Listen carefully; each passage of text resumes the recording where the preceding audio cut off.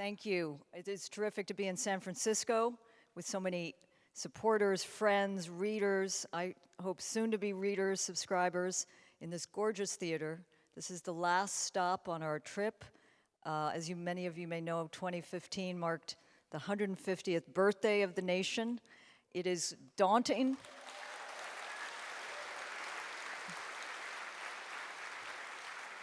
We have been traveling the country, many, many cities. This is our great last stop, but introducing the nation to a new generation, a next generation, and finding lapsed readers and others. And I wanted to, some 3 million people come to the nation now every week in different forms.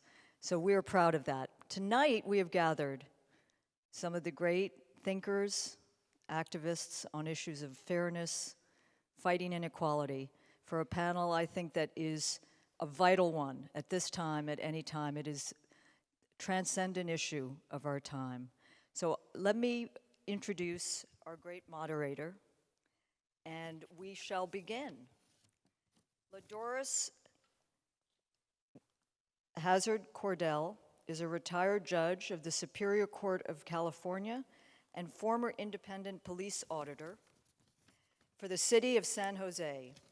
She is a longtime advocate for improving transparency when it comes to charges of police misconduct. She was an assistant dean at the Stanford Law School, where she helped develop a program to increase minority recruitment. Within a year, Stanford Law went from last to first place in enrollment of African American and Hispanic students among major law schools. She has received numerous awards and prizes for social activism and breaking race and gender barriers, including the Rosebird Memorial Award from the California Women Lawyers and the Rosa Parks Ordinary People Award from the NAACP. She was the first female African-American judge in Northern California and the first female African-American Superior Court judge in Santa Clara County, California. Please welcome Judge Cordell. You don't need it.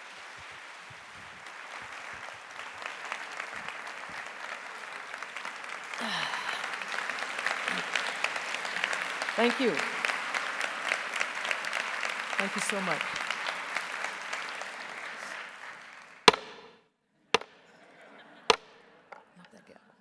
Good evening and welcome to today's special program of the Commonwealth Club of California.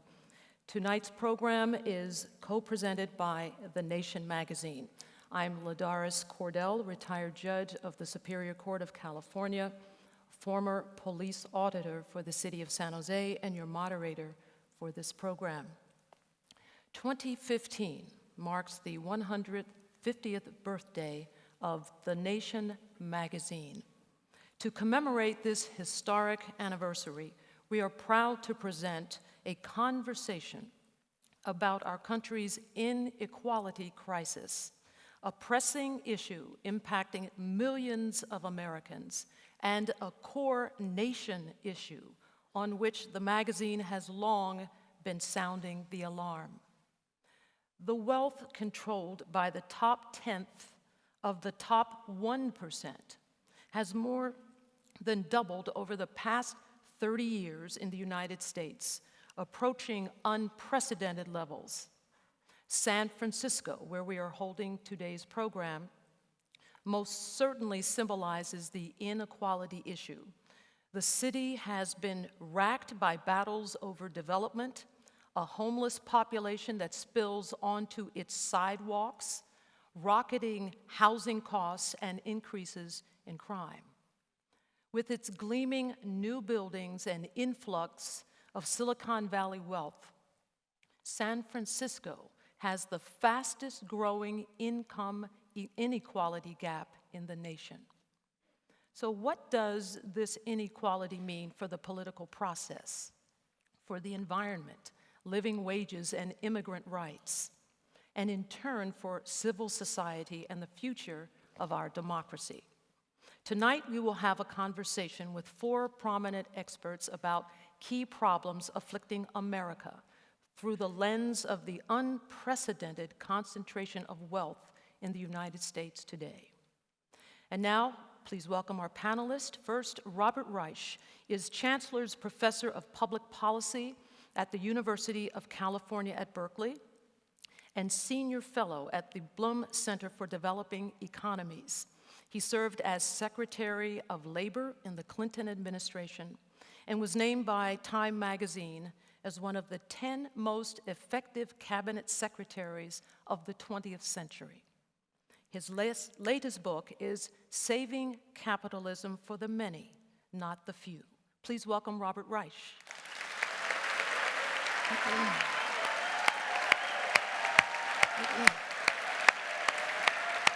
Welcome.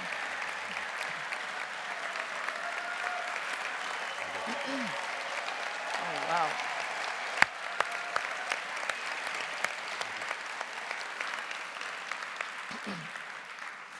I-Jen Poo is director of the National Domestic Workers Alliance and co-director of the Caring Across Generations campaign. She was a 2014 MacArthur Genius and was named one of the world's most 100 influential people by Time magazine.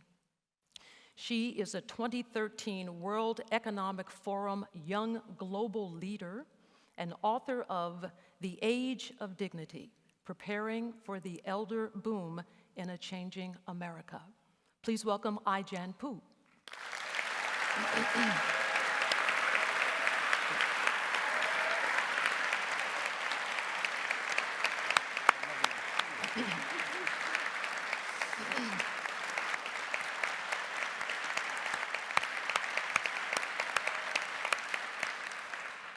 Van Jones is an environmental advocate, civil rights activist, and he is the co-founder of 4 nonprofit organizations, including Rebuild the Dream, of which he is president. He is also a CNN political contributor.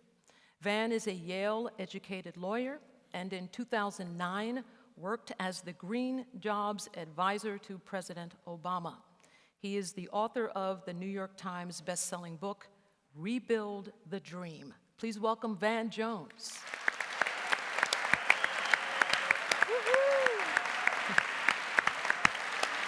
Oh, hello, Van. All right, my friend.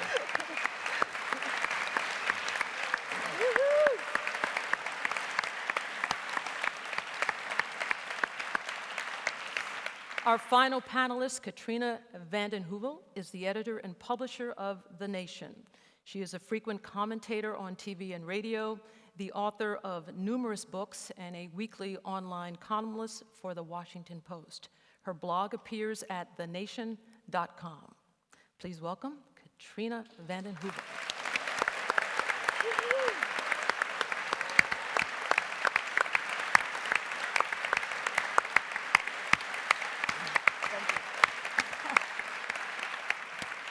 So we're going to start our conversation with a question I'm going to just throw out to all of you.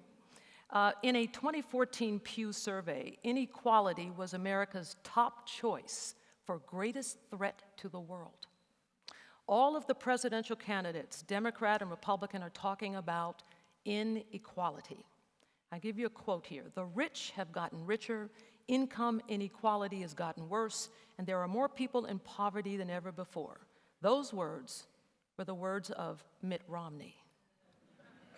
So panelists, are we finally at the tipping point? Are Americans, left and right, rich and poor of all hues, are we all now in agreement that our economic and political systems are rigged and they have to change? Is all of the anger about inequality now the great unifier? Are we about to tip?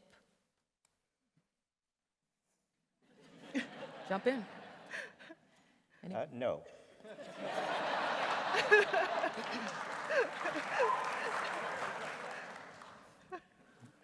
Should I explain?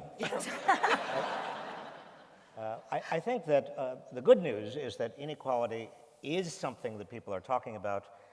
I think that after years of seeing inequality widen, the median wage stagnate, the poor and the poverty level be stubbornly high, and the rich get richer, finally we are getting to a tipping point even among Republicans, where it's at least expected, we're fashionable to say something about it. But we are not anywhere near doing anything significant about it. There is one candidate, I believe, who is talking seriously about it, and a few others who are being influenced by him. But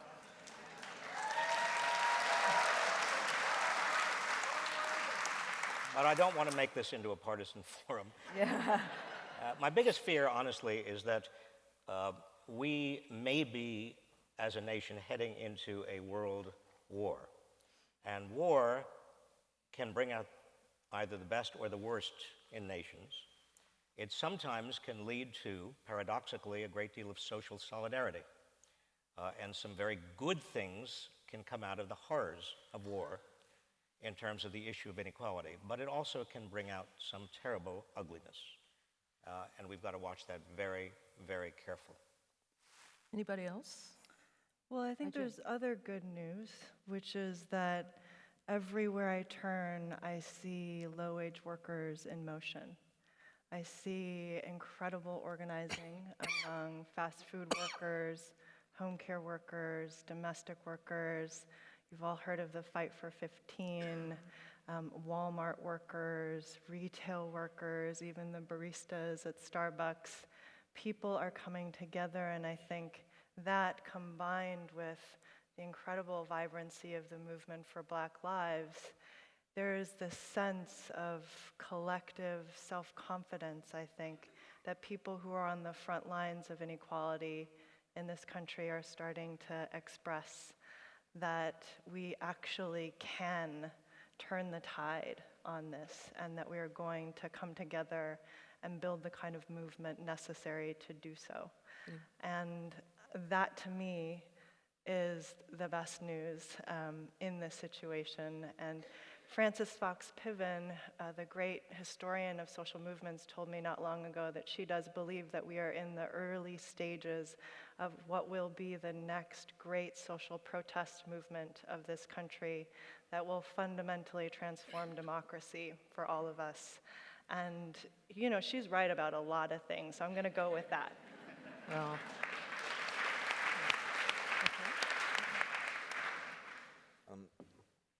Well, first of all, congratulations. Thank you. I just want to.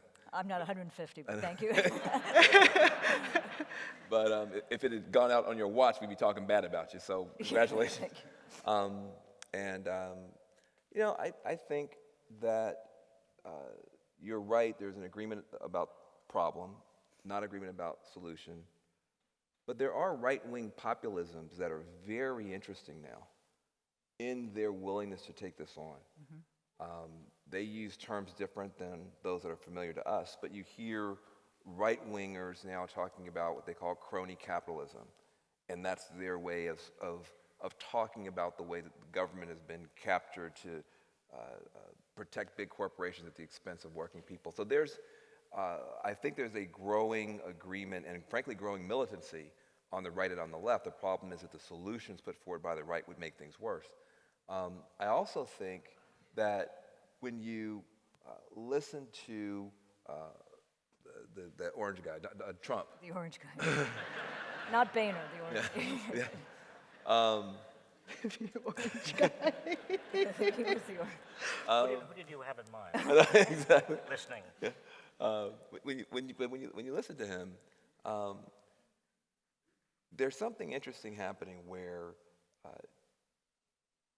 there's a style of politics that could be a precursor to something. In other words, this I just don't give a dadgum anymore. I'm just not going to be polite. Now, they're doing it on the right, so we don't like it. But there's something that's happening where people who before felt both on the left and the right constrained, there's just not enough cookies on the table now for people to be polite. The temperature is going up for both the right and the left. So I do think that the income inequality debate and discussion is something we should be very, very observant for opportunities on the right that we might find more exciting than the ones we see right now. So I agree with everything that's been said. I think the rules are being rewritten in different ways on the left and on the right. And at the heart of it, I think we're witnessing a discredited, failed status quo. This Washington consensus, inside the Beltway consensus, of deregulation, of corporate trade agreements, of failure to make public investments, of mandatory sentencing, all of this is coming under scrutiny and question. You see it in Bernie Sanders' campaign, you see it in Donald Trump's in different ways. The question is where will it head? Because it is no question a time of upheaval. And around the world there are movements, like movements you're describing, both hopeful and not hopeful, whether it's in Greece and Spain or in Canada. But where it will end is going to require political power and movements. Well, let's pick up on that, because let's pick up on the political power issue. So, first of all, this talk about inequality, it's been around for years. I mean, in the 1930s, Supreme Court Justice Louis Brandeis once noted, "We can have a democracy, or we can have great wealth in the hands of a few, but we cannot have both." And in 1956, The Nation published an article by W.E.B. Du Bois in which he wrote, "Corporate wealth profits as never before in history. We turn over the national resources to private profit and have few funds left for education, health, or housing." So if we talk about politics, there's a boatload of money in the lobbying industry. In 2013, if we just talk about Silicon Valley, Apple spent $3.3 million in lobbying. That's just in 2013. Amazon, $3.4. Facebook, $6.4. Microsoft, $10.4. And Google spent $15.8 million, all to influence politicians in Washington. So, don't we have to rein in lobbying to achieve income inequality? And if so, how do we do that? Well, the answer is clearly we do, and we have to get big money out of politics. We have to reverse Citizens United. We have to make sure that there is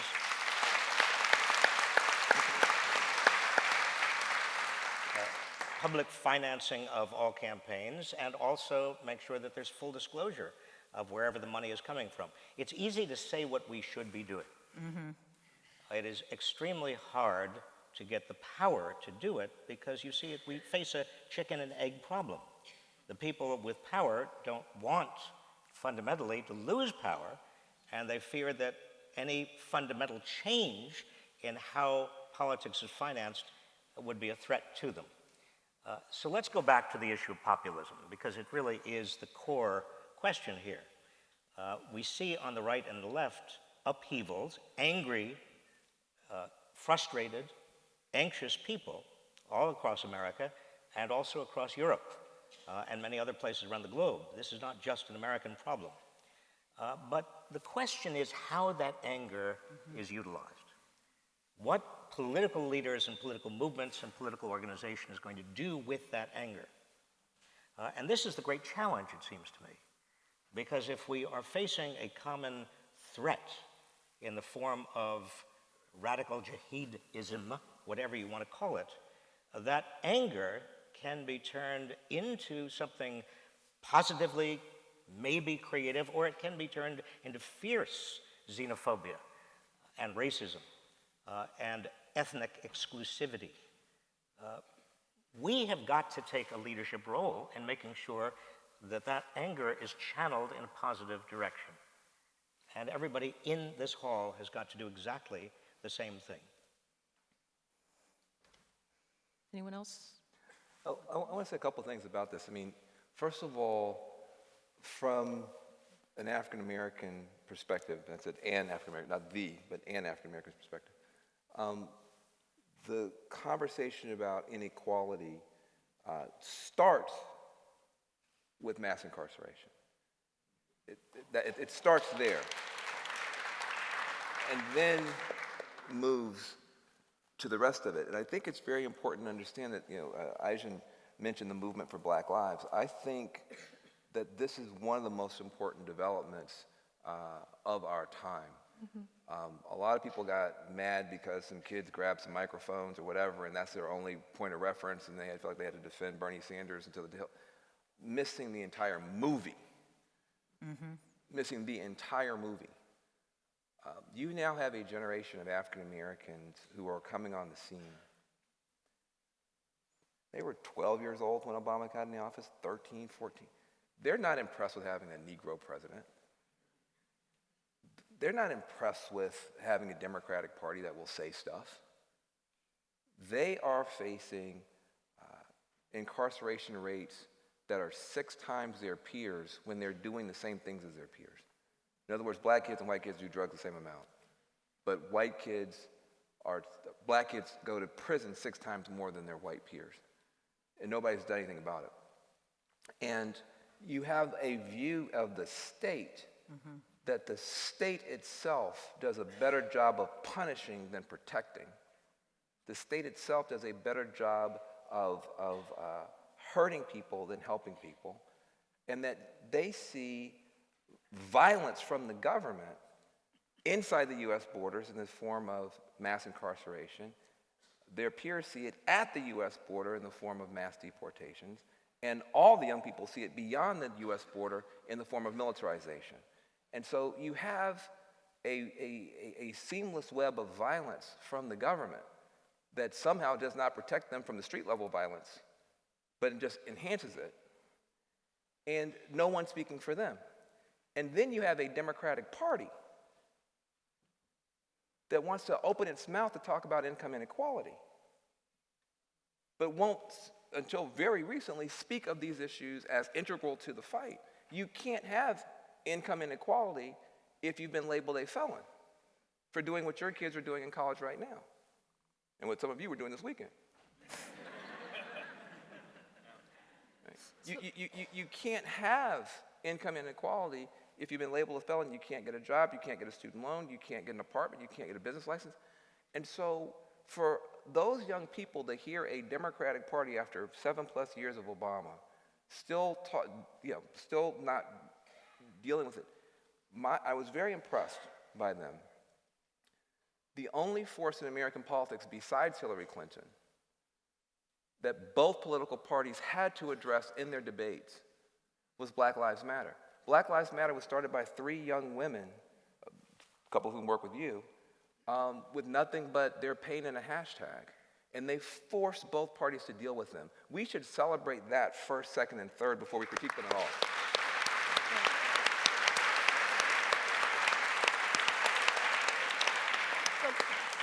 Let me just pick up just very briefly on this. So, it appears that race is the weapon of choice by those who want to maintain the status quo and draw attention away from inequality. Because, if you listen, Donald Trump's battle cry is, "Let's make America great again." That's just dog whistle politics, isn't it not? Isn't it code for let's make America white again? So the question is the Black Lives Matter movement focusing enough on income and wealth inequality? Should it be doing more in that area? This is for anybody. What do you? No, I don't think they should be doing more. You have a Democratic Party. I just wanted to.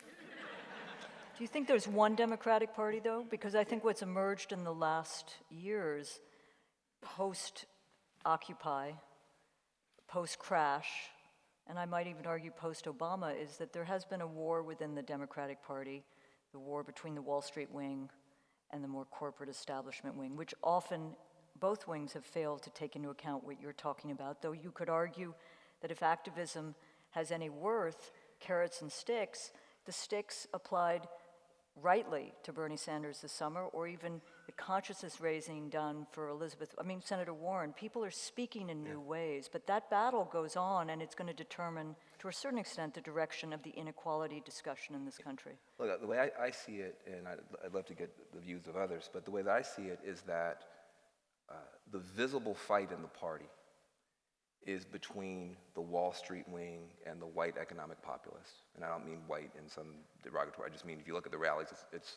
those are majority white rallies. The problem that you have is that at the end of the day, the Republicans and the right wing of the Democrats want black people to settle for trickle-down economics. And the left wing of the Democratic Party wanted us to settle for trickle-down justice. In other words, you shut up, we're not going to say black, we're not going to talk about your issues, we're not going to talk about prisons, you shut up. We are going to talk about taxing Wall Street, fixing Social Security, and income inequality. And you'll get yours, don't worry. And not invest in schools, And- not prisons, or exactly. giving families a second, and not third even, chance after exactly, prisons. and not even, to your point, and not even raising the slogans of schools, not jails, Right. not raising the slogans of ending mass incarceration, not raising the slogans of speaker name. And as a result, you have a third leg in the progressive movement, which is the racial justice leg, which has no home and has no candidate. And you're talking about the Dreamers on the Latino side, the Black Lives Matter movement. You're talking about I Don't Know More among Native Americans. You have a racial justice third wing of the party with no candidate and no voice and not even the pretense of a black candidate to mask all of that, and they exploded into public view. And I think they brought out, frankly, the best in both wings, and I have to say I was very, very proud of those young people and very, very proud of the way that Bernie Sanders himself righted himself and responded with such compassion. He was taken aback, but he responded with compassion. And I think these young people have brought out the best in both wings of the party, and I no longer hear trickle-down justice from the white progressive populace. I think that's a very, very healthy thing that they achieved.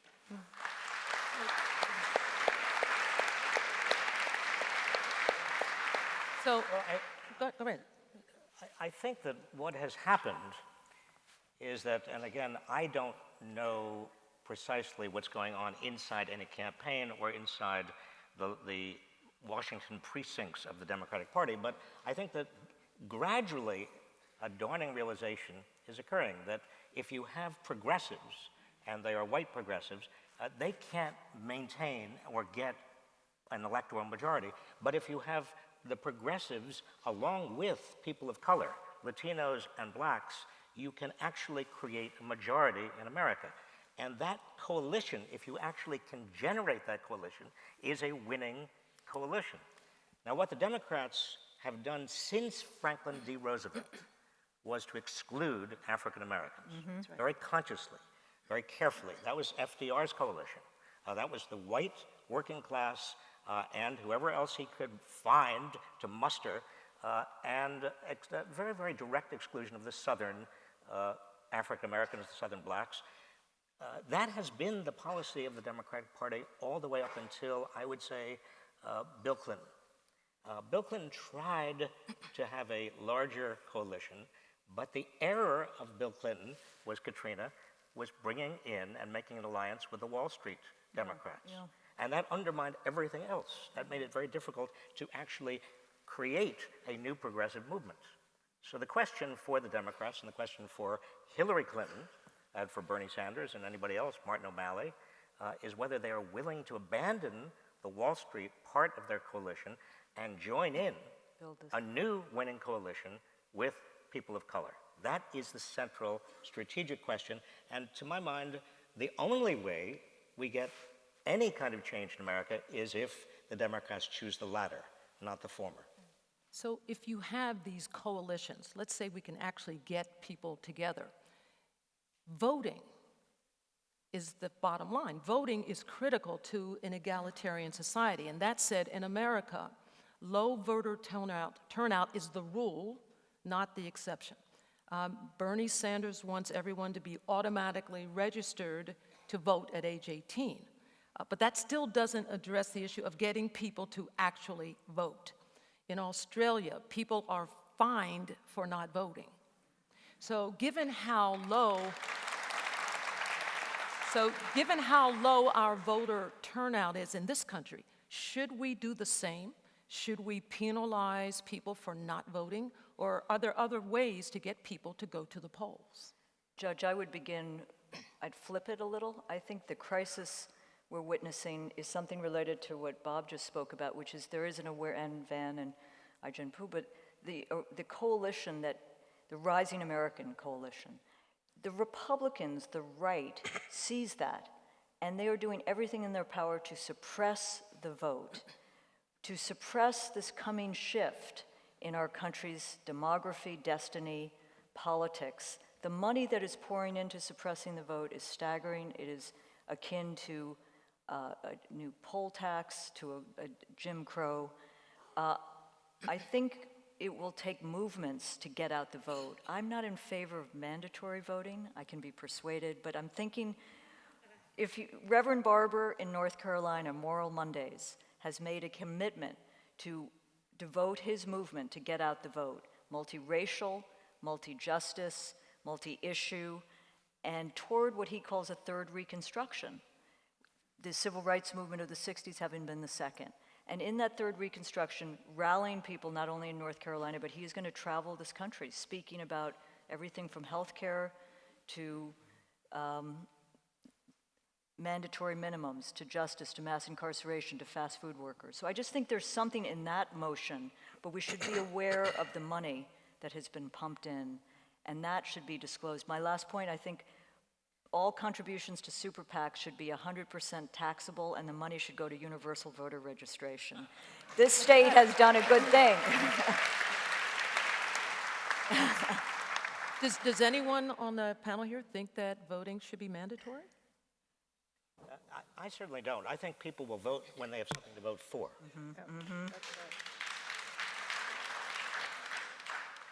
Okay. Yeah, I think that part of it is a question of the agenda. And if we could create an agenda for the future of this country where the full diversity of who we are and who we're becoming as a nation and our interests and how they're interconnected could be articulated and reflected back in a very compelling agenda that's not imprisoned by the politics of the possible, but actually about what people need in this country to not only survive, but to thrive. And not just some people, all people. And I think when we have that agenda, we will see a desire to engage in a different way. So, both of my grandmothers were the help.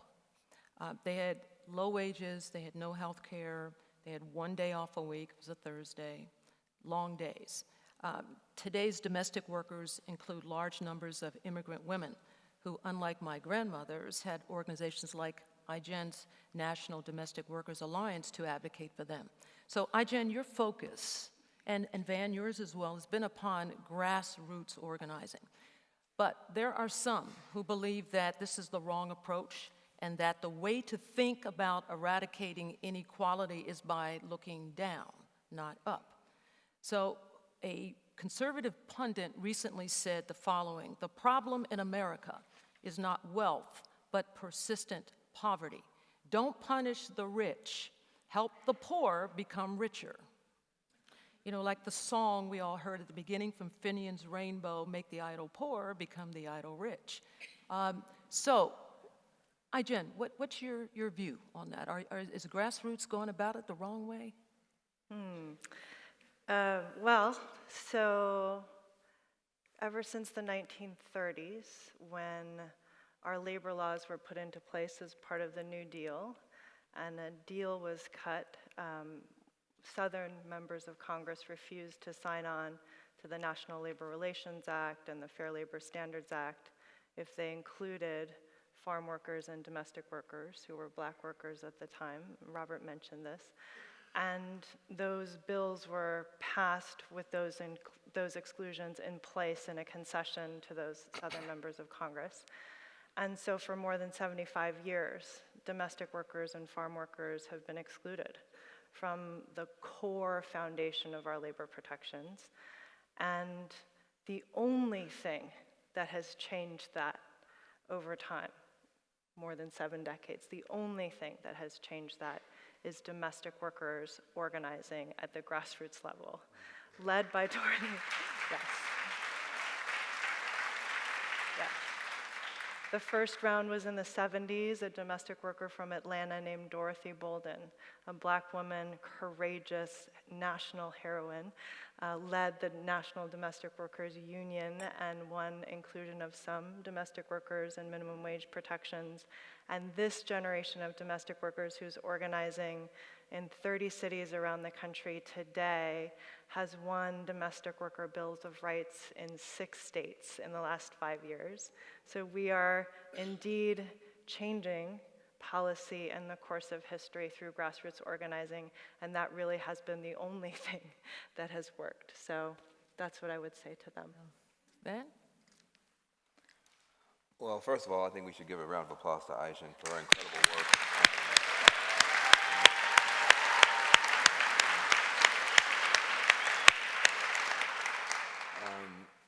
You know, I wouldn't dare to add to what she said.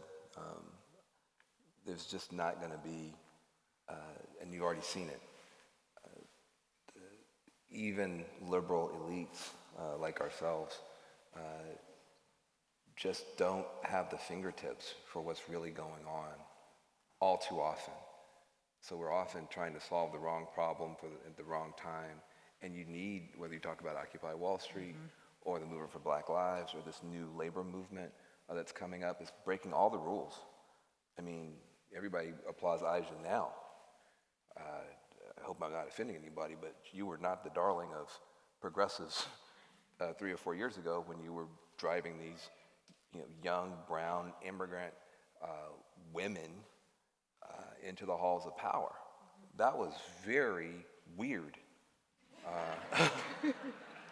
And people didn't know what to make of it. And people poo-pooed it, and they were patronizing, and all of a sudden you won in 3 or 4 states and extended more rights to more people than anybody, your movement, not you personally, but your movement extended more rights to more people quicker than anything that's happened in the past 40 years, and possible exception of the farm workers. This is what happens when the people who are at the boot heel stand up. And so I think, we got a bunch of young people here from the Ella Baker Center for Human Rights and other places. Look, when I was young, pissed off with, dreadlocks and, cops bothering me, my ideas were much more militant. Now I'm, old and on TV and cops are nice to me. And I find myself, I'm serious, I find myself kind of in that very frustrating, well, on the one hand or on the other hand. And then these Black Lives Matter kids came and kicked us all in the butt and said, screw you, we're getting messed over. So I just think that there's something to be said for the contribution that's made by people who have an actual dog in a race.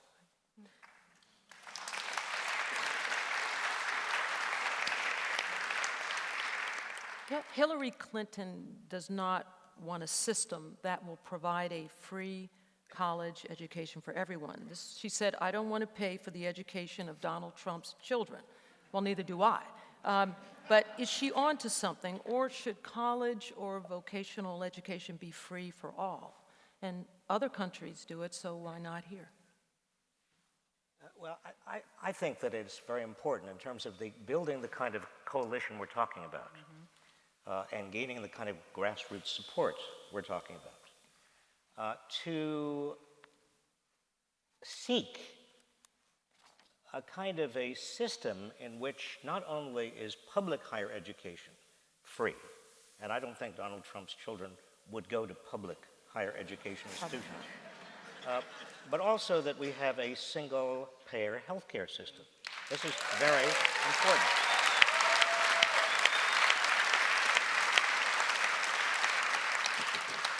Now, we may not be able to get this next week or next year or in a couple of years, but it's something to aspire to. It builds and enlarges social solidarity. It creates the kind of links between the poor and the middle class, between blacks and whites and Latinos, between Americans generally, that can support this kind of set of institutions. And the fight is going to be long and bitter and difficult, but building on something Jan, you said before, I've just returned from several weeks in red America, in red states and red cities. You may wonder what I was doing there. What was I was trying to flog a book. I didn't do very well in the red states and red cities, but what I did discover, I had a meeting with a bunch of small farmers in Missouri who were organizing against some of the big agribusinesses and factory farms. These small farmers called themselves conservative Republicans, but they were organizing against what they considered to be and were, in fact, some of the forces that were systematically eating away at their profits and destroying the environment. I met with small business leaders, not only in stature, no, they were actually tall, some of them, but they were but they were small business leaders and franchisees in Cincinnati, and they were organizing against some of the big businesses and big franchisors who were again undermining their profits and monopolizing. And across the Red America, I kept on running into people who were organizing against the powerful, the wealthy, the monopolists. The Fight for 15 people that I met in St. Louis and in Kansas City are doing exactly the same thing. And these people have got to be linked up. The Moral Majority, the Moral Monday people, not majority, Moral Monday They are the people true moral majority.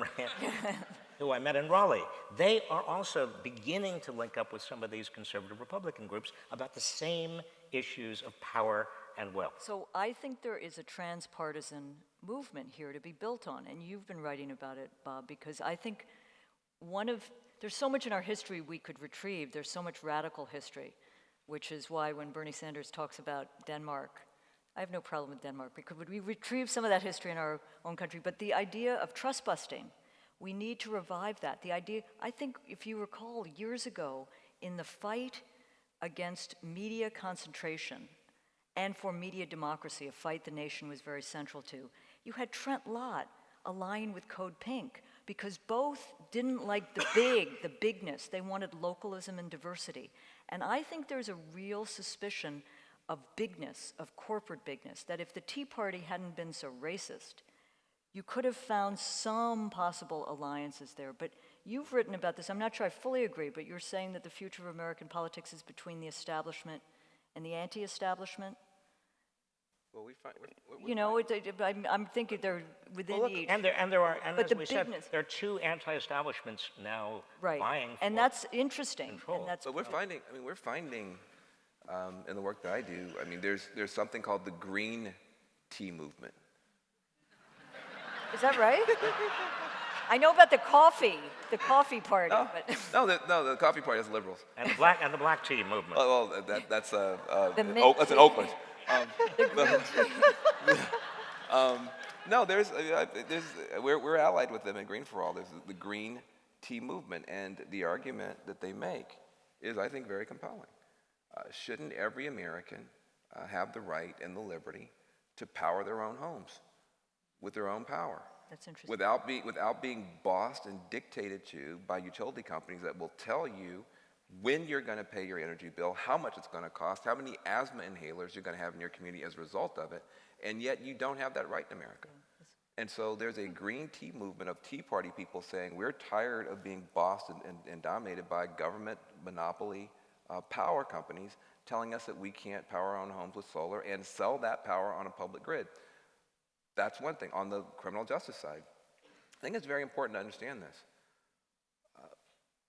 We're working very closely with the far right and the hard right on criminal justice issues. Newt Gingrich and I pulled together you laugh, but Newt Gingrich and I pulled together a summit. We said if we get 100 leaders together in Washington, D.C., left and right, for 1 hour on criminal justice, we could change everything. We didn't get 100. We got 700 for 7 hours in March, including 10 congresspeople, 3 governors, 2 cabinet secretaries, and President Obama sent a video, and that was in March. In February, people said criminal justice reform was impossible. Now they say it's inevitable because it turns out that there's a conservative critique that says prisons are a big failed government bureaucracy. They gobble up money and liberties and do a horrible job. From a Christian point of view, they don't treat every soul with respect, and there's no redemption possible. And from a libertarian point of view, they're the enemy of individual liberty. You say, well, I don't trust these guys. And I say, well, hold on a second. Who do you trust?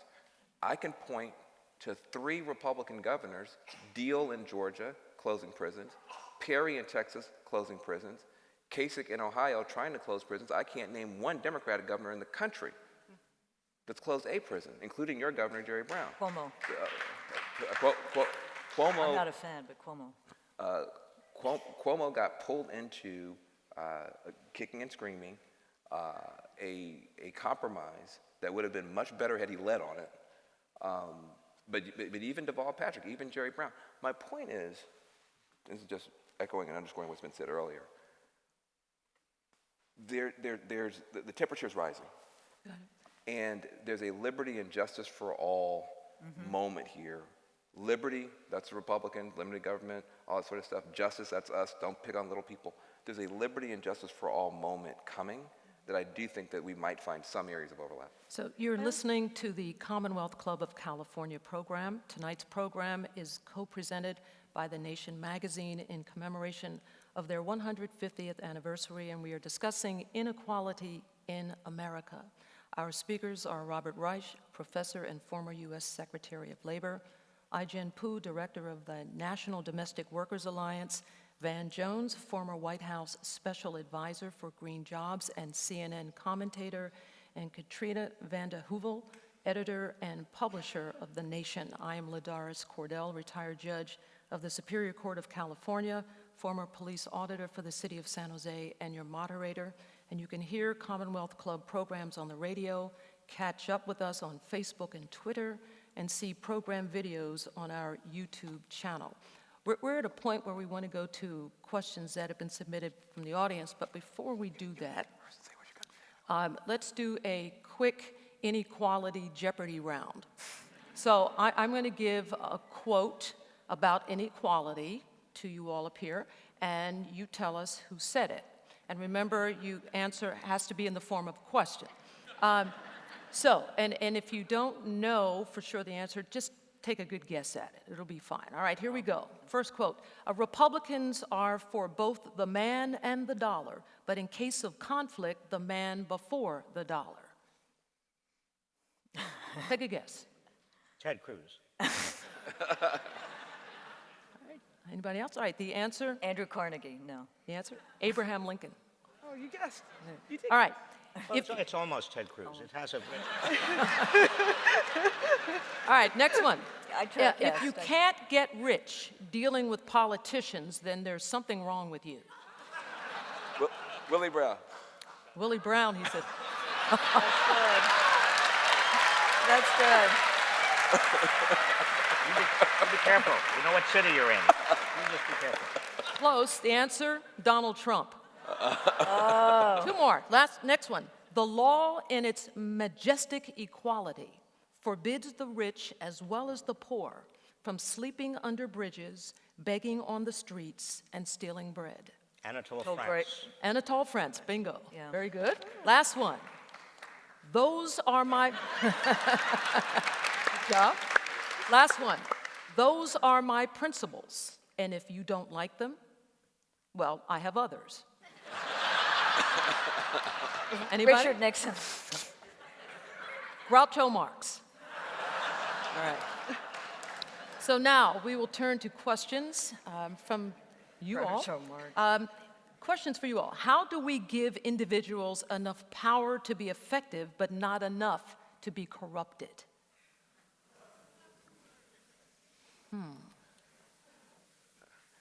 Can we give a lifeline to Thelton Henderson? we have one of the great, we should give him a round of applause, one of the great Federal jurists Judge Thelton Henderson is Judge here Thelton. in the front. Thank you. Give him a round of applause.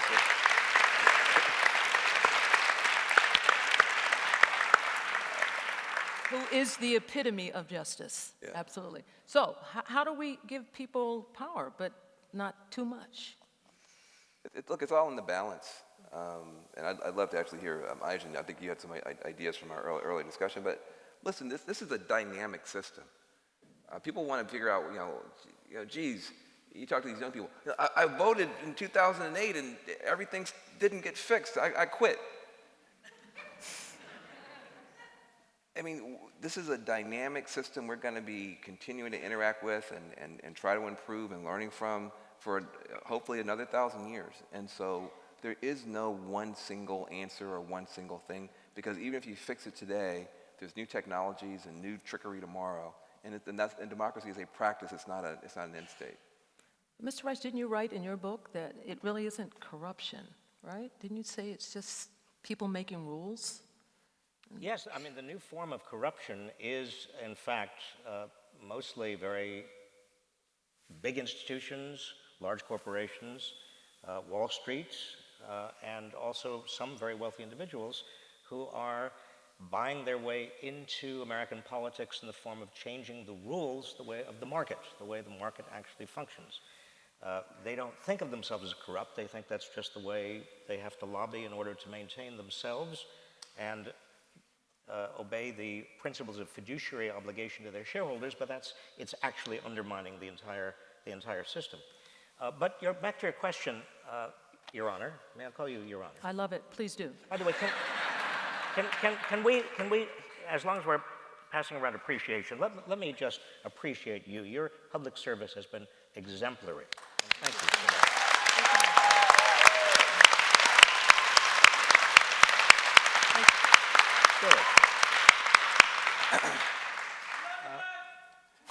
And you are both, it turns out, great artists. I did not realize, Your Honor, that you are, like Brother Reicher, an accomplished artist. So maybe the left brain and the right brain together can get us out of this thing. I didn't realize. Now, to get back to our questions here. Can I say one Sure. thing on that point? I actually think if you look at the healthiest democracies around the world, one thing they have in common is really, really vibrant social movements. And so one of the most important things we can do is add oxygen to social movements, because I think that creates the context for good governance, in my view. I think you're absolutely right. And the greatest enemy of social movements is cynicism. That's right. That's right.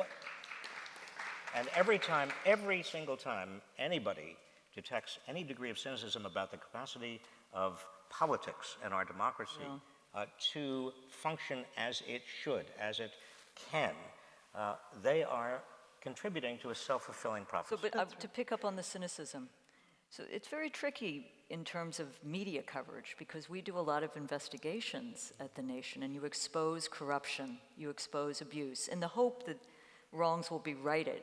But it can also lead to cynicism, and I think there's a balancing act there.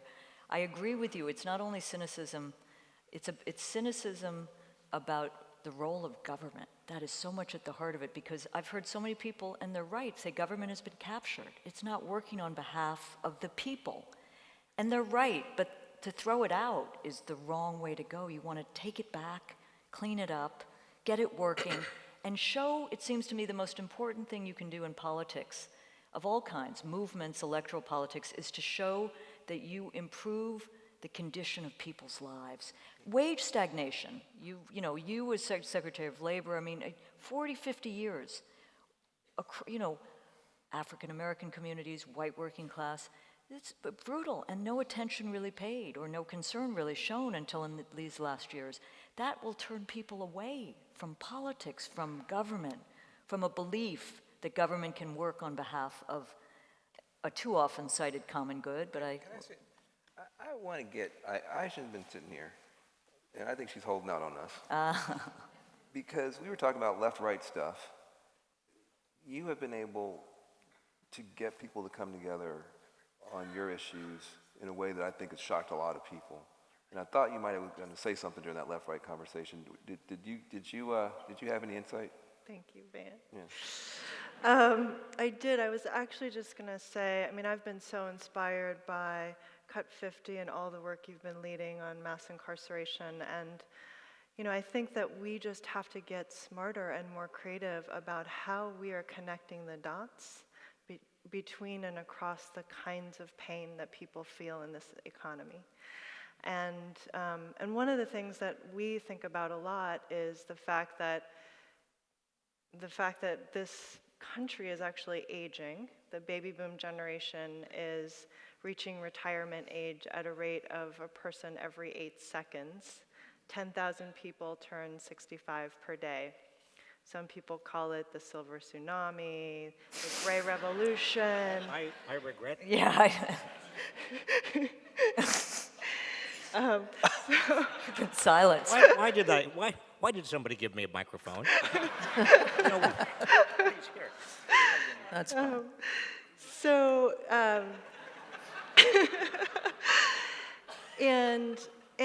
What it's resulting in, and also because of advances in healthcare and technology, people are living longer than ever before. So people of my grandmother's demographic are the fastest growing demographic in the country, 85 and older. And so we are about to have the largest older population we've ever had in the history of this country.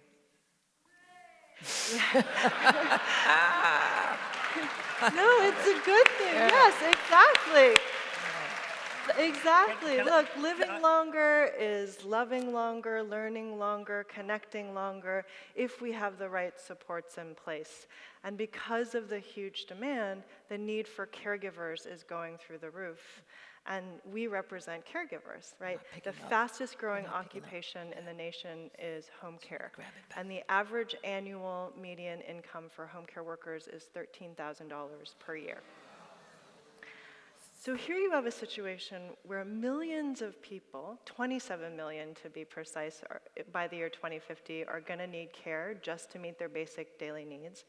And then you have an incredibly talented but overstretched and undervalued working poor workforce. If we could connect the dots, where we actually invest in a new care infrastructure and the ability for people to afford the care they need so that they can live independently, aged, connected to their communities, and this workforce that can support that independence actually gets invested in such that these jobs become good jobs for the future, right? It's a win-win. People get to age in place and people get good jobs. Win-win, right? This is something.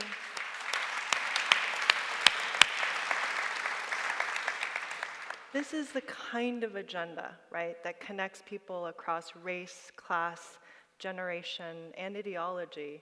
And we just need that in a really comprehensive way in this country, so that instead of becoming increasingly polarized along lines of race and generation, we're actually turning towards each other and finding solutions at the places where our interests come together. So let me pick up on that from a question from the audience. Why do the working class, the working poor, so often vote in defense of the 1%? In other words, vote against their best interests. And how might we change that? I want to say something about that question. Here's the deal. I think this is a question that I wince at. It's a favorite question among liberals and progressives, and I don't like it. And I'll tell you why I don't like it. There are people who vote against their economic self-interest, and they're the people in this room. Rich liberals voting for higher taxes to help poor people are voting against their economic self-interest. But nobody calls them stupid. You say, oh, but that's because we're, our values, we care so much about our values, our higher values. Well, great. I'm a Southerner. I grew up in the rural South. I grew up on the edge of a small town. I went to public schools. I was in church every Sunday. I'm much more comfortable, frankly, in red state America than I am anyplace else. And that white guy who votes against our liberal programs is voting against his economic self-interest and for a set of values. And if you listen to what he says, he'll tell you, I know that this may wind up hurting me, but I don't want you taking somebody else's money and trying to bribe me with their money so you can undermine my parenting decisions. I want my kids to be independent. If my kid makes a mistake, I don't want you taking stolen money to bail them out. I have a value of respecting other people's property. I have a value of respecting good parenting, and I don't like you stealing people's money to undermine my parenting decisions. Now listen, that's a value. Doesn't help you with China. Doesn't help you with a whole set of problems. But when we come to people and say, you're just too stupid to know your own interest, and when us smart liberal folks on the coast are going to tell you what your interests are, it's highly offensive. It also makes it impossible to partner. Because I tell you what, if you insult somebody, it doesn't matter if you're right or wrong. If you've offended them, I go the other way, and I say, well, I understand, and I believe that you are making decisions that both reflect your economic interests, as do I, and your values, as do I. But let's talk about your values and how we can make your family stronger. But you got to go around, and so I'm going to tell you, the worst thing that you can do to somebody is to tell them that they're stupid. And I think the liberal elite on these coasts, I cannot tell you how many times, I'm going to go on about this, you guys cut out the radio if you need to, but this is important here. I remember in 2004, I had a son this big, now he's 11. He's a little burrito baby at the time. And I was with a bunch of other progressive folk, and they had just reelected George W. Bush, and somebody called the middle of this country dumb stand. And everybody laughed and thought it was the funniest thing they ever heard, dumb because people didn't vote for John Kerry. And I knew in that moment that I'm not a part of some very important thing on the left. But at the Nation, I remember that moment, and I said, blaming the people is a politics that is dead on arrival. The elites probably failed, but people are not the ones to blame. So I think you're absolutely right, Van, but I also think we're seeing a moment, and I'll say very briefly, that there's a GOP crack-up we're witnessing, where you have the country club establishment Republicans not clear what is going on with a more populist base. You were talking about social values, but I guarantee you Donald Trump could go to Ohio and talk trade, trade, trade, and do real well with a whole set of people, right, left, center, transpartisan. So I think it's an interesting moment where there are people within the Republican Party who you could argue have voted against their own self-interest, as white liberals have, who are waking up and saying, wait a minute, I'm not getting my share from these country club kind of Republicans, but I agree with you, a politics that blames the people first is not going anywhere. I just don't think, I may have misspoken, just hear me out here, this is very painful for me. I just don't think you can lead a country you don't love. And I think that there's a part of the left rhetoric that doesn't love the middle of the country, doesn't see them in their pain, doesn't see them in their beauty, and almost sort of almost cast them out in a way, like you, and I feel like that is painful. There may, all right, but I could be wrong. they're different lefts, they're Yeah. different rights. My husband is from Owensboro, Kentucky. We go every year. You get to know people. We went down there a couple years ago. Kentucky. We went to Owensboro, which is not Louisville, and we spoke at the Museum of Big Trucks and Cars. And I was worried. I mean, I'm editor of The Nation. How would it go? And part of what happens, and I'll just very briefly, is as you talk to people, you find common interests. You may not agree on everything, but the idea that everyone has to agree on everything, I've never believed in. But you're able to talk. So much of our media doesn't talk to people. It makes them spectators. It makes them feel cynical. It cuts them out, right? So I'm just saying there's a lot swirling around in this issue. Yeah, Well, I was told that the reason I got a microphone is because my mic is not working, so you didn't hear anything I've said all evening. And that's sort of depressing Poor to me. Ethan. But now I'd like to introduce myself, and there's a few things I'd like to get off my chest. One of them has to do, Van, I'd like to speak on behalf of coastal liberals.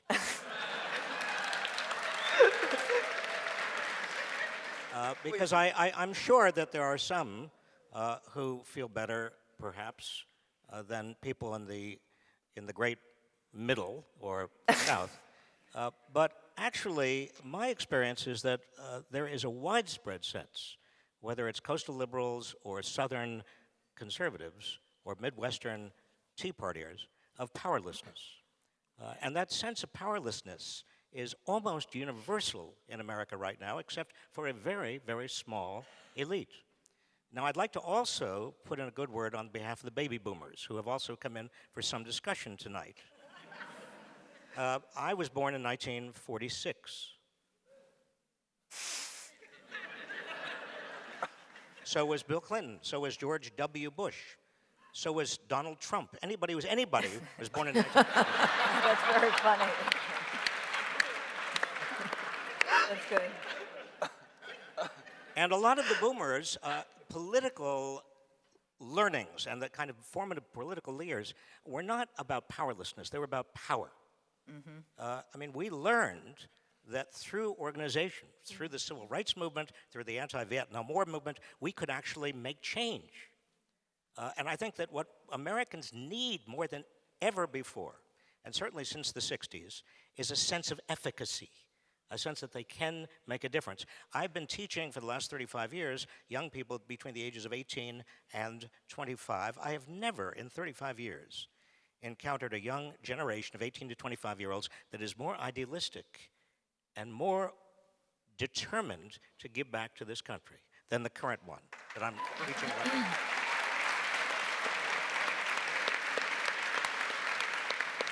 So I am very optimistic, but I think that we can build the kind of coalition that we've all been hinting around. But it has got to be based on a sense of mutual interdependence, the need for us to have a voice, to overcome a power structure that is becoming completely unconnected, disconnected from almost everyone, including coastal liberals. Did you hear me? Did you hear me? Because sometimes I feel like I don't have a voice. That's good. So, another question. Let's talk remedies now. Here we are. What are the metrics of success that you look for in tax reform? For example, Ted Cruz's proposal of a flat tax.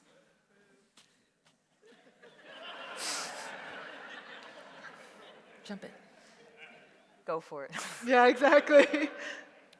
There are a number of tax proposals out there that are, in a time of raging inequality, so extraordinarily stupid that almost words fail me. The idea of a flat tax, for example. A flat tax necessarily means that high-income people will be paying less and low-income people will be paying more. That's how you get to a flat tax. So don't have anybody tell you differently. That is going to aggravate inequality in this country. It's as bad as trickle-down economics. It's as bad as austerity economics. It's another version of voodoo, doo-doo economics.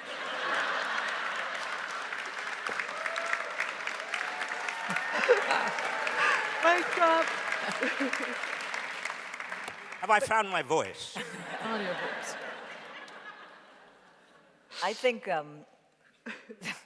on the more positive side, I did love it when Bernie Sanders said in the debate that President Eisenhower was far more radical than he was. When you consider it was the 91% marginal tax rate on people making over $400,000, which would be equivalent of about $3 million today.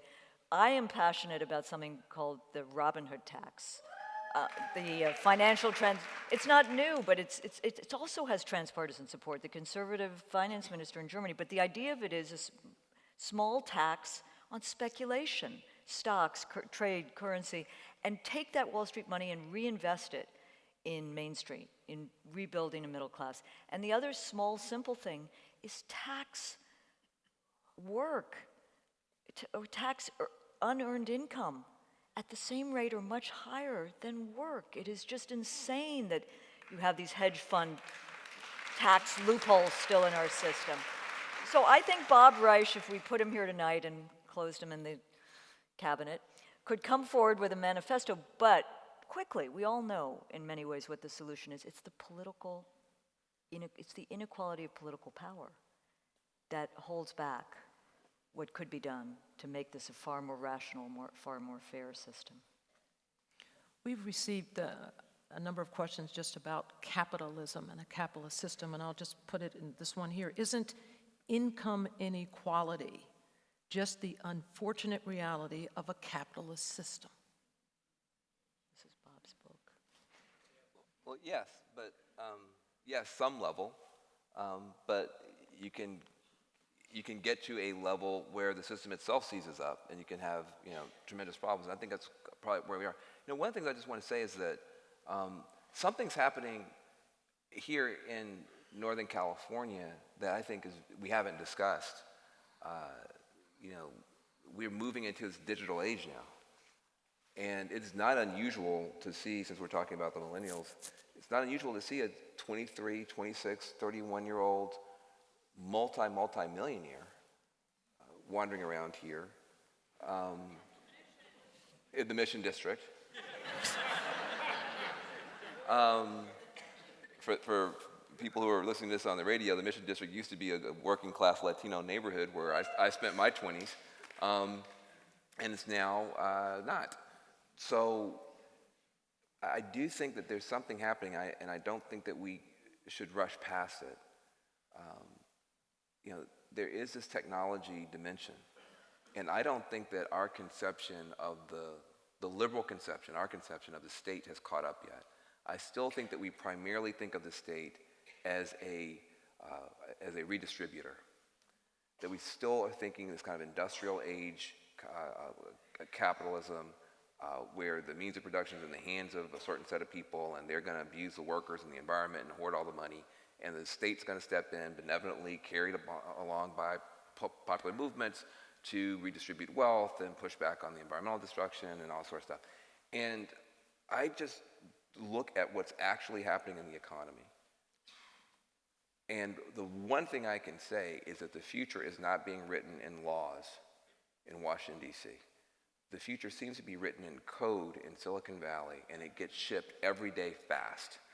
And the ability of the state as we have known it to catch up, let alone to keep up, to me is quite dubious. And so for me, the popular movements become much, much more important to me in how we actually get change. I don't just mean popular movements to elect candidates. I mean popular movements to do battle on a daily basis, to deploy technology in different ways on a daily basis, to connect with each other on a daily basis, and to be inside of the actual moment where change is going exponentially. I don't think the left should anymore say, we are trying to make change. I think we sound weird when we say that. Silicon Valley is making change.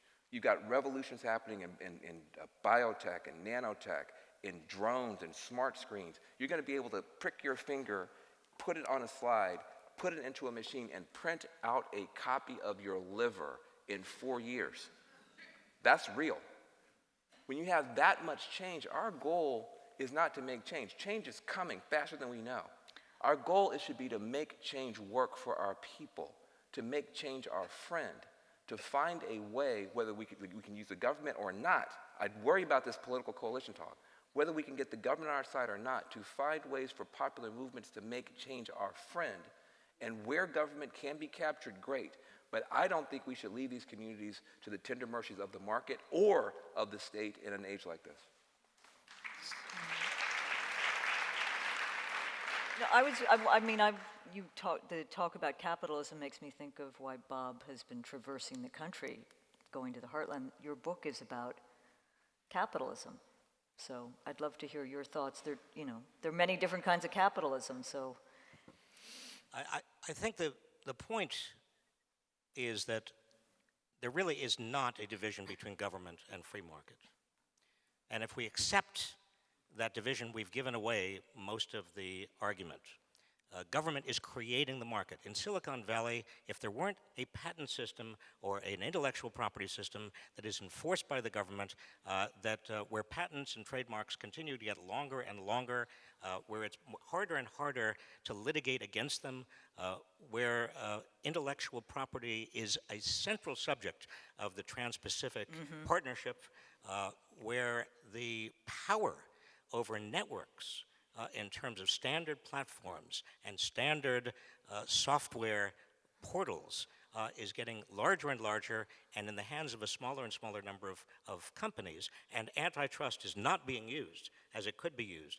I think these are all very central questions that have to do with the structure of the market. Yeah. So I don't draw the distinction between government and market, and I think that I think part of empowering people is understanding how government is shaping the market, and it's not even a question of the size of government. It's not a large government or small government. It's whether the government is working for us, or it's working for a smaller and smaller minority of people who have a greater and greater degree of power over it. But doesn't This that is bring the where lobbyists in? I mean, Yeah, but isn't that how the this rules is where get- this is a big piece of inequality, because the lobbyists and also political contributions and also the power of a relatively small minority to get experts, university experts, think tanks? and think tank experts to substantiate whatever they want in congressional hearings and elsewhere. That power, all of that power, has a compounding effect on the way the market is organized. It tilts the market in the direction, increasingly, of the wealthy and the wealthy institutions of society. And as the market is tilted in that direction, you see that consequence is for the wealthy to have even more power, and the large institutions, the large corporations, and Wall Street to even gain more power over the market. And that compounding gets worse and worse. It's a vicious cycle that, unless we understand it and attempt to reverse it through countervailing power, we are not going to accomplish much. I couldn't agree with you more, all of you, about the importance of grassroots organization. But grassroots organization is no substitute for understanding and recapturing the central institutions of our society. Yes. That's right. So one of the questions follows up on that. Corporations United, I mean Citizens United. Corporations. So That's good. That's good. we have a That's good. couple That's of what we- questions about what is to be done to reverse that decision. Do we need a constitutional amendment? And one question is, what's the possibility of even getting support from Republicans to overturn that decision? So my colleague John Nichols argues that the movement to repeal Citizens United is one of the most vibrant grassroots movement in this country. I mean, 15 states, 600 cities have moved to issue repeal, to amend Citizens United. Obviously, we need a different Supreme Court. And this election is critical. I mean, the next president will have the power, most likely, you know more about this, to appoint 3 justices. My colleague John Nichols also writes, when he writes about this, we must move immediately to repeal or amend Citizens United. I said, John, you got to give people points along the road, you know, but because in my city, public financing, 6-1, has not only elected a mayor who ran on the most ambitious anti-inequality agenda we had seen. Let's not forget, he's having a lot of trouble, but he did some good things. But the city council, because of public financing, has an African-American woman leader. There are 7 women in that city council, radical political voices who would not have been elected without that. So I think public financing empowers people. It's not just limiting money. It empowers people who might not otherwise be able to run. A cashier in Maine, a waitress, a sheriff, not a sheriff, but you know, people from movements. Zephyr Teachout, an interesting anti-corruption, trust-busting candidate, ran with very little money, with some public financing, and gave Andrew Cuomo a run for his political electoral life. So I think there are ways to do it, but the Citizens United decision, and not just the Citizens United decision, Justice, there were others that have now compounded and dismantled what remained, has left us in a place where 158 families, the New York Times reported last month, have contributed half of the campaign funding so far in this election. So I think the politics of power inequality, you begin with public financing, you build out, and I think in cities and states across this country, you can begin to chip away at Citizens United. I just want to say briefly, though, our opponents have one strategy. It's big money in, little people out. That's their approach to elections. Big money in, Power. little people out. We have a split where you have one part of our movement that talks about big money, and then you have the other part that talks about the Voting Rights Act. We don't talk as much about Citizens United. We talk about the fact of the Voting Rights Act. Everybody went to see the movie Selma. That legislation that they fought and died for has been destroyed by the Supreme Court. And so when you have us over here marching for our basic right to vote and others talking about big money, we've got to pull that together. We should have one agenda, which is big money out, little people in.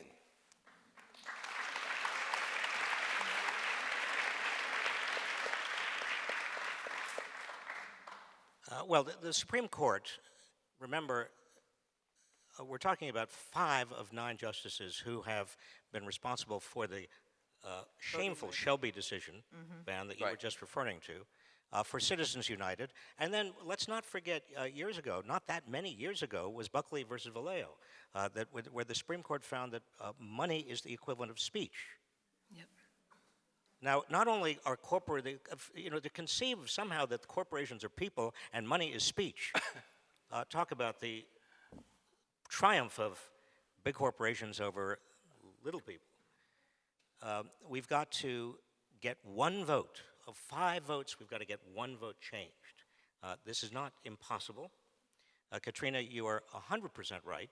The next president, I think one of the biggest issues in terms of this upcoming election is who is going to get to be president. I don't generally support tests that are kind of, you can only be a Supreme Court justice if you stand for this one thing or promise this one thing. But I do believe that the next Supreme Court justice, in order to be nominated and confirmed, has got to pledge to vote against Citizens United and repeal it.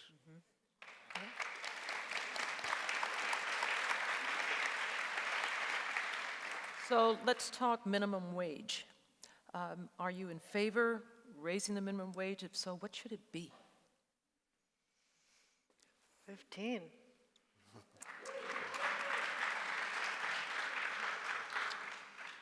Nation interns making 15 an hour. But Bob, Hillary Clinton cited, was it Alan Kruger in the debate? I mean, there are debates about regional numbers. I don't know what your latest thinking. I think 15 is the way to go, and I think we see it moving, obviously, because of the power of movements. And by the way, we haven't talked about this, the power of cities and states. At a time when Washington is in gridlock, Seattle, the great coalition in Seattle, and in other cities, it's moved like wildfire in the best sense of the word. Yeah, cities and states are moving on the minimum wage. They're also moving, Katrina, on issues that you brought up a moment ago, that is public financing. Maine, recently, Ohio, Connecticut. They're moving on anti-gerrymandering. Right. Public commissions. California, one of the great things that we did here in California was get districting out from under the politicians. I'm very proud to be the chairman of a national organization called Common Cause, which has did a lot of work and is now focusing on the states on many of these issues. With regard to $15 an hour minimum wage, let me just say this. I understand the position that says, well, cost of living is different in different parts of the country, and therefore one place a $15 minimum wage might be too much for another place. But we don't make that kind of distinction when it comes to worker safety minimum standards, or child labor minimum standards, or any other moral issue with regard to minimum decency in America.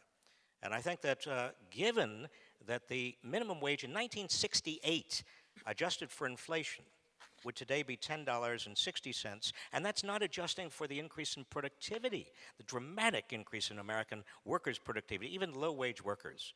If you adjust for both inflation and productivity, the minimum wage would be far higher than $15 an hour right now. And so $15 should be a national, minimally decent wage for Americans.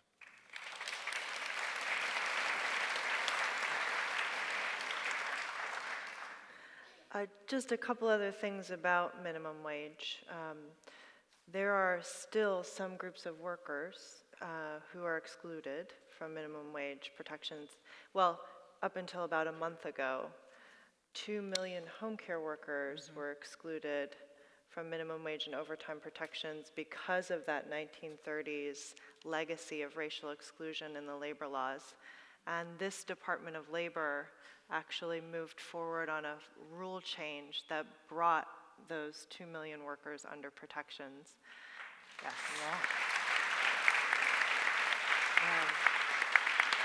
I think it's one of the most important victories for low-wage workers of the Obama administration, actually. But there are still workers, people with disabilities, who are working, who are essentially still excluded from minimum wage protections. There's a little clause called 14C, which allows for some companies and even nonprofits to pay people with disabilities below minimum wage. And we have a tipped minimum wage, which hasn't been increased. I think it's $2.90. And so there are still lots of ways in which we need to also fix and plug the Swiss cheese of what is minimum wage and secure it, in addition to raising it to 15. So there's a campaign led by the Restaurant Opportunity Centers United for one fair wage, to eliminate the tipped minimum wage altogether and raise us all.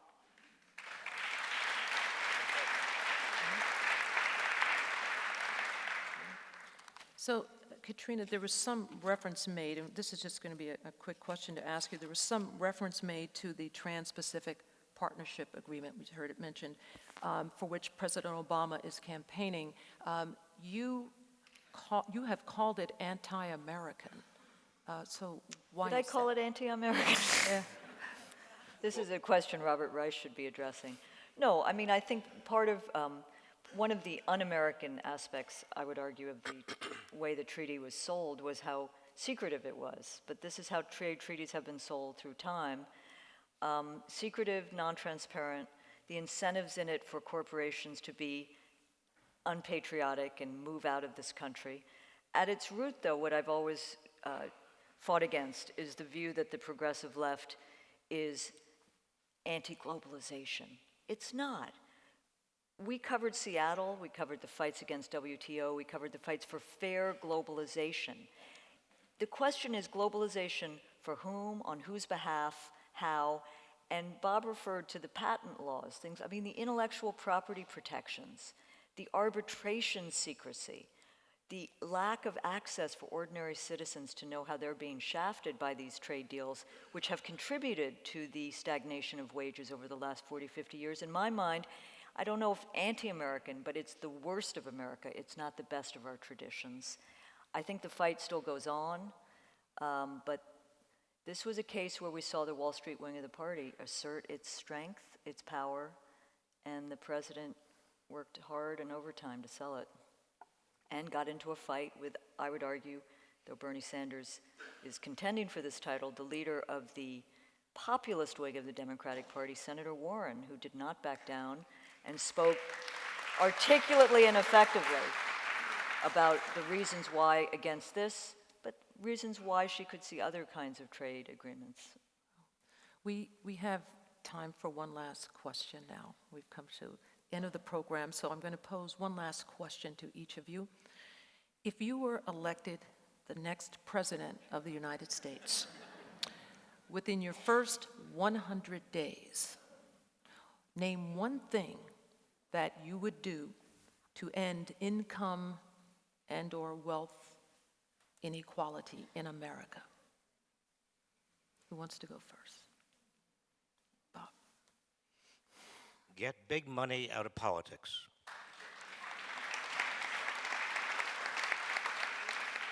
So you're going to have to give us a little more. Oh. So what step would you take? The key to all of this, from a standpoint of what this nation can be and what we want, whether we're talking about a coalition of populists from the left and right, whether we're talking about a new set of grassroots initiatives, or whether we're talking about retaking and reclaiming our democracy, we can only do it if we get big money out of politics. This is the key. This is the keystone. It's not the be-all and end-all, but it is the first preliminary step, because if we want to do anything on any of the other issues we've talked about, a single payer, or free public education, or the minimum wage, or whatever you want to begin looking at, you can't do it if the game is rigged, and it is rigged. I've been there. I've seen the rigging. I've tried to fight against the rigging, and I started out in 1967 as an intern for Robert F. Kennedy, and there wasn't all that much rigging then. Washington was a rather poor and seedy place, but it's got progressively wealthier to the point where of the 5 counties surrounding the District of Columbia, 3 of them are among the wealthiest counties in the United States. When I started in Washington, only 6% of retiring members of Congress went on to become lobbyists because there wasn't that much money in being a lobbyist. Now, 50% of retiring members of Congress, half of them, become lobbyists because there's so much money. Washington is a glittering emerald city. We've got to get big money out of that city and out of every state capital.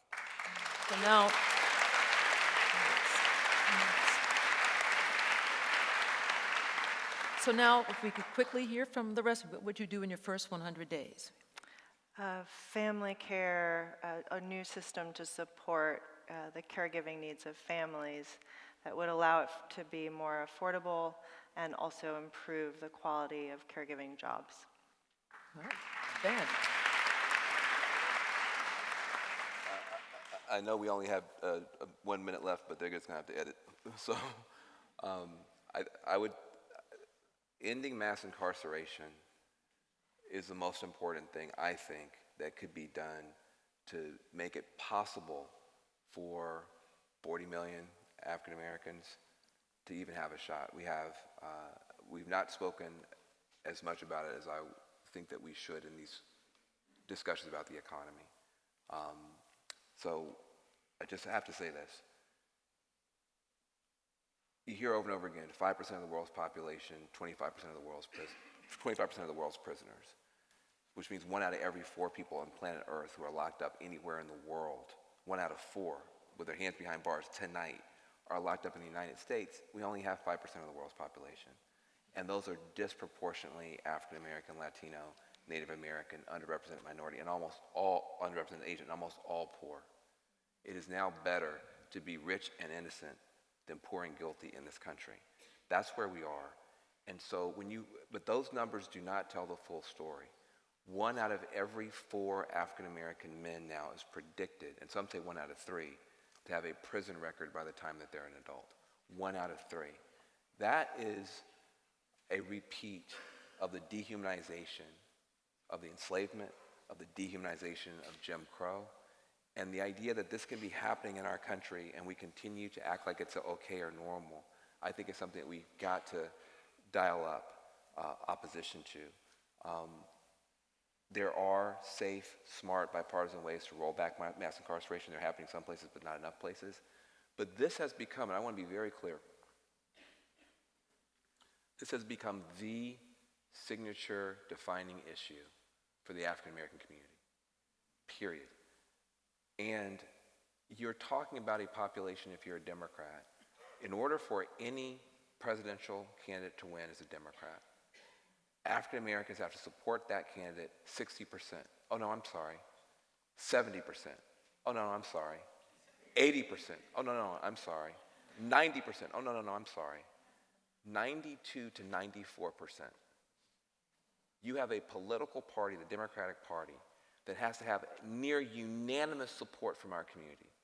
And we have to climb over obstacle after obstacle after obstacle just to vote. You see African Americans standing in long lines in the rain to vote. And we elect a party that until very recently wouldn't even break its breath to talk about the issue, and in fact was on the wrong side of this issue for way too long. And so I want to say very, very clearly, for a while, the Latino community has 1,000 problems, but for them, immigration is number 1. Progressive women have 1,000 problems, but for them, choice is number 1. The African American community has 1,000 problems, if not 1,001, but for us, mass incarceration and where you stand on locking up an entire generation of African Americans for stuff that we know kids are doing on college campuses right now is the number 1 issue. And anybody, I don't care who you are, I don't care what you did in 1963 or 2009 or yesterday, if you grab a microphone and you say you're a progressive and you don't speak about this issue with some passion and some heart, and some concern and some care as if it were your children under this level of threat, you cannot and should not count on the quiet support of African Americans. The Obama era of black silence is over. That era is over. Yeah.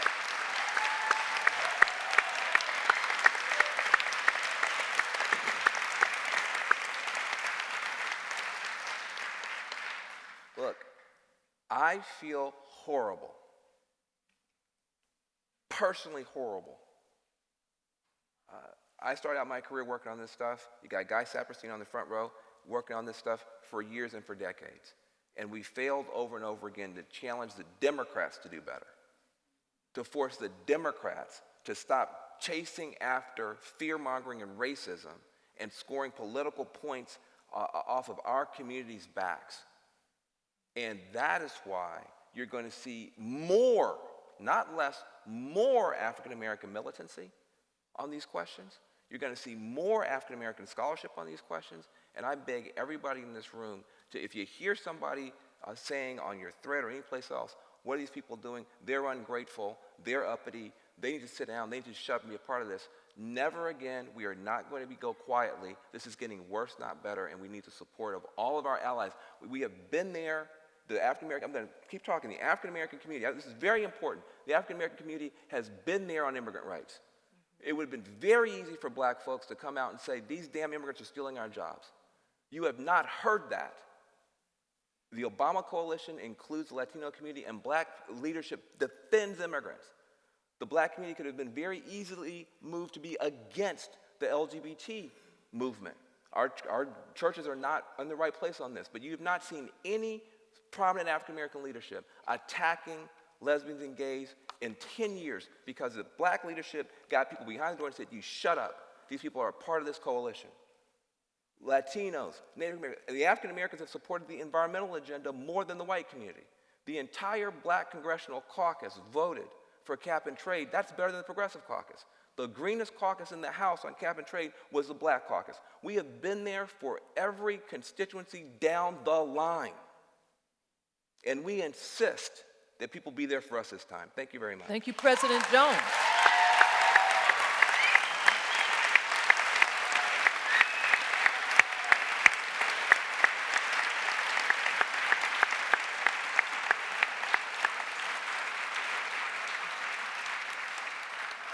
Very briefly, our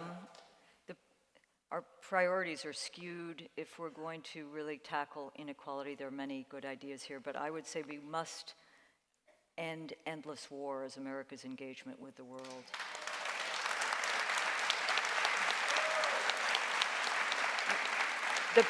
America's policing of the world has detracted from the real security needs, tackling inequality, redefining security at home. And one thing the president could do in the first 2 hours is understanding a just transition, but close the 800 bases ringing this world. Say, I'm not going to modernize nuclear weapons. I'm going to begin to bring them down to a level, take them off high target alert, but just understand what endless war has done to damage the principles which could be deployed to end inequality in this country.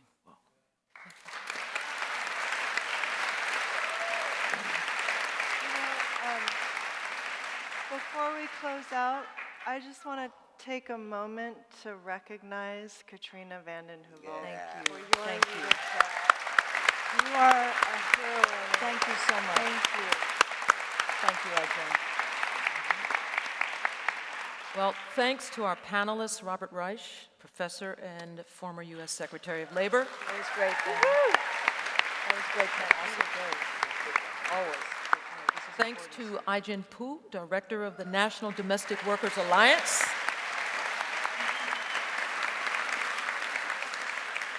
Thank you to Van Jones, former White House Special Advisor for Green Jobs. And thank you to Katrina vanden Heuvel, editor and publisher of The Nation. We also thank everyone in attendance tonight. Tonight's program has been co-presented by The Nation magazine, the conscience of our country for 150 years and counting. I am Judge Ladaris Cordell, and now this meeting of the Commonwealth Club of California, the place where you are in the know, is adjourned.